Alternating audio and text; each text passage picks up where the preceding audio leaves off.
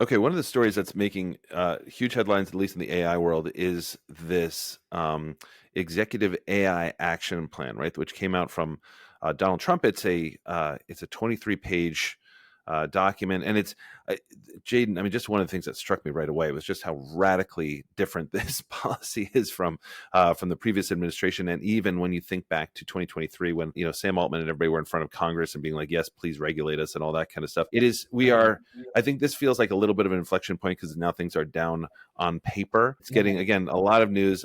We have a lot to talk about with this one. Just as we're kind of getting into it, I do want to shout out Jaeden's AI Box. Guys, if you have not tried AIbox.ai, this is Jaeden's own company, software company that I had been looking forward to forever to promote this thing because I spend so much on tools I can't even share with you how much I spend. I spend on Gemini, Cloud, ChatGPT, Grok, everything. And Jaeden has found a way that you just pay $20 a month and get access to everything, AIbox.ai, and you can compare the tools, everything that I love to do with AI.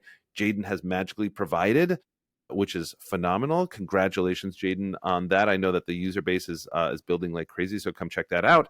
But Jaeden, on this AI action plan, you and I were sort of like talking about this online. Like I know you had done a ton of reading on this as well. I'd done a ton of like really cool reading on this as well. What struck you about it? What's interesting? How you feeling about it? What do you think? Yeah. Okay. So like overall, I think that it's in a pretty good direction, especially where we are geopolitically with competition in China, et cetera, et cetera. Now I know, of course, like everyone's got their political opinions, and I don't, no, some people never want to credit anything to Trump. What I will say on this is, I'm really excited about the AI team and some of the policy coming out. So, if for anyone that's big into podcasting, you'll know that the All In podcast.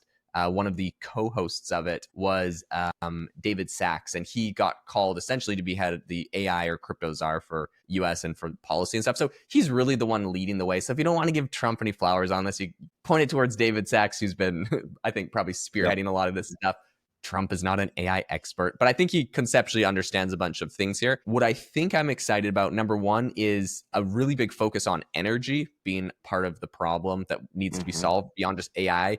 Like, I think it would be an absolute massive misstep if the government didn't put a huge focus on that. We see like OpenAI is doing this $500 billion data center with Oracle and SoftBank. Like the size is just these colossal projects. And if we don't have the energy to support them, we're going to be in big trouble. And I think for people on, people that are really big on environmental things, this is a big area to focus on, like how do we actually expedite environmental clean energy? I would point towards nuclear, other things like that. So in any case, the policy really kind of, I think, heavily focused on that. Of course, what grabbed the headlines. So if you're over on TechCrunch and you're reading the headlines, there's going to be Trump's anti-woke AI order could reshape how US tech companies train their models. And so I think that's kind of like the big thing that got a lot of headlines. There was a lot of useful things in there.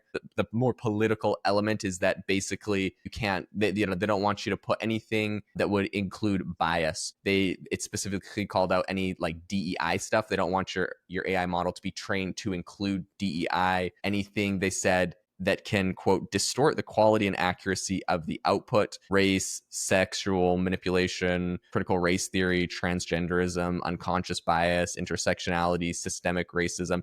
So they put like a whole bunch of things in there where basically all of the controversies of AI models, and I'm curious, Conor, your take on this too. Yeah. But all of the controversial things, right? Like Google making their, back in the day when you asked Google to make like create like a German soldier from World War II, and then it made him black, but because Google's just trying to like kind of add this DEI element in. Okay, so that is basically been banned. I guess, Conor, what's your take on this, and what have you kind of been seeing in regards to all I this? mean, listen, I know there's like a hot button political. No, but I think we should, but I like that we're talking about it because I haven't heard this element talked about so much. Like, obviously, like we can talk about the what sort of like the policy orders are doing and all that kind of stuff. I think the DEI stuff is really tricky. I got to be honest, because like from my standpoint, the early models, like kind of like call it 2023, were just so like unbelievably sort of focused the other way, meaning like the internet can be a really gross place. But also if you just ask for like leadership advice, right,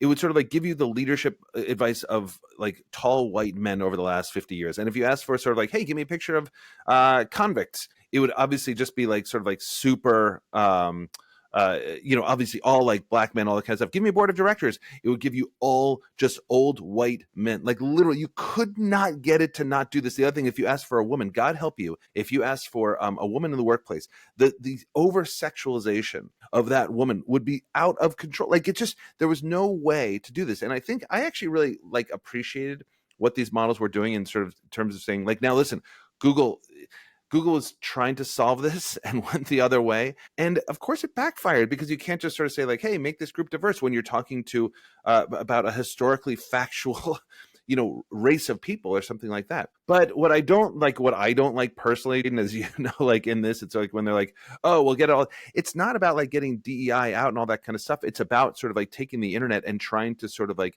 capture where we are today in 2025 for a very diverse audience that's using this. Because if you just sort of like do like what the algorithm has pushed through the internet, of course it's going to be like all, white men's advice. And of course all convict pictures are going to be black men. And of course, because there's just a ton of bias in the system. So obviously sort of like politics aside and all that kind of stuff, there has to be a balance, because you can't just sort of say like program every image generator to sort of like be diverse in every setting, because then you have like, yeah, like the young Filipino woman as a Nazi soldier in 1942. It doesn't make any sense.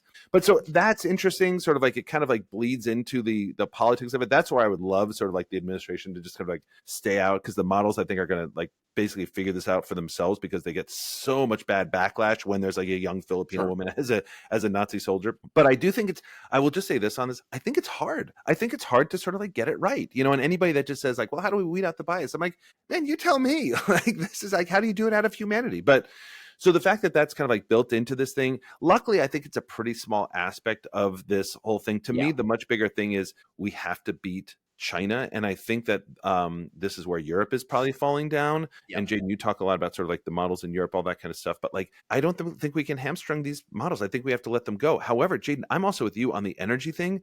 This is my super optimistic take on this, Jaeden. So you sort of like correct me where I'm going wrong. But yes, does it have the potential to kill the environment? 100%. It just does. However, do I also think that this is the way that we're going to probably solve the environmental crisis? I really do, through AI. But I don't know. Maybe that's me just being too optimistic. Yeah, no, I mean, I think it's interesting.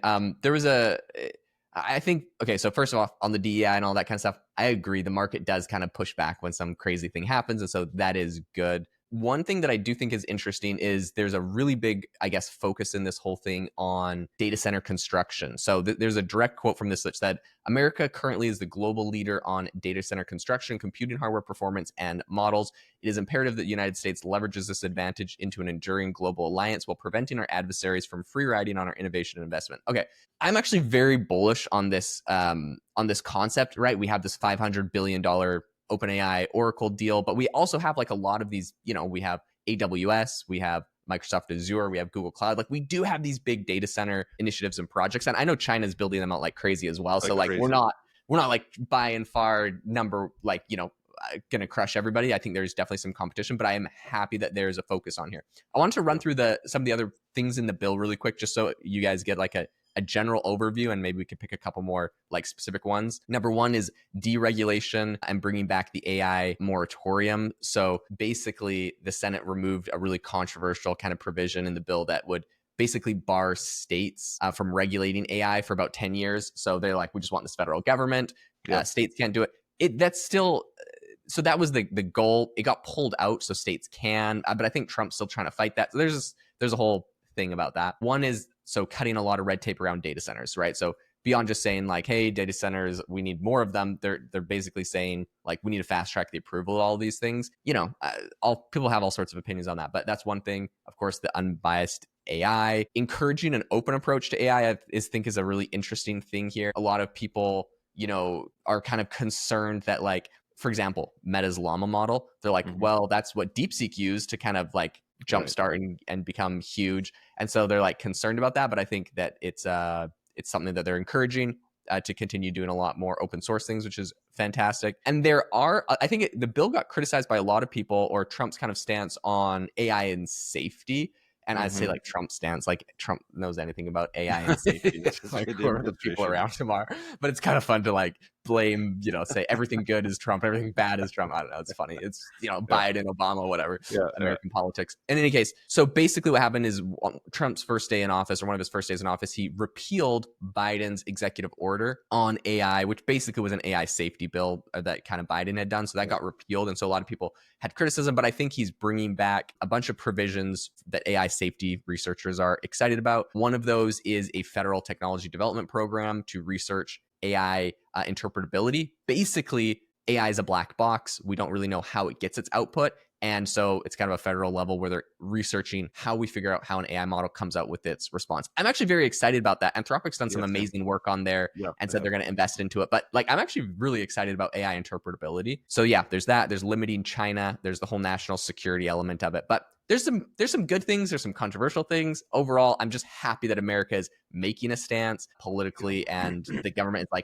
trying to make some sort of plan to be number one, because I think it's really stiff competition from China, and it's a big global advantage for sure. No, I agree. And just to sort of wrap that, I think that the data centers are going to be huge. China has no limit on how many data centers they're going to produce. I think you have to take sort of any shackles off. The idea of states regulating AI seems utterly preposterous to me. It's like states regulating social media. It doesn't make any sense. So I want this at the federal government. Conor, you're siding with Trump on something. It's not good.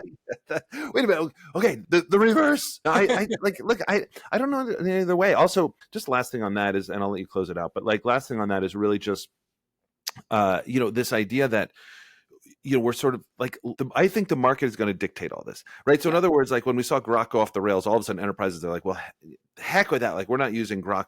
The whole safety and AI alignment and all that kind of stuff, that's going to be solved by the market, in my opinion. Do you know what I mean? Because enterprises are not going to use models that aren't unbelievably safe. That does not have to be a government thing to me. Anyway, so I think this is fascinating. I'm not sure sort of the teeth of it or anything like this, but I actually really do think that this is pointing in the right direction. Yep, 100%. Hey, if you guys enjoyed the podcast episode today, if you learned something new, I would say the number one place you would learn even more new things is in Conor's AI mindset course. There's a link in the description. This is a phenomenal course that I think just last week, over 12,000 people signed up for it from a big organization in New York. And so this is an amazing thing. It will completely shift the way you think about AI, the way your organization looks at AI. Conor has a whole bunch of incredible frameworks. I would highly recommend checking it out. There's a link in the description. Thanks so much for tuning in, everyone, and we'll catch you guys all in the next episode.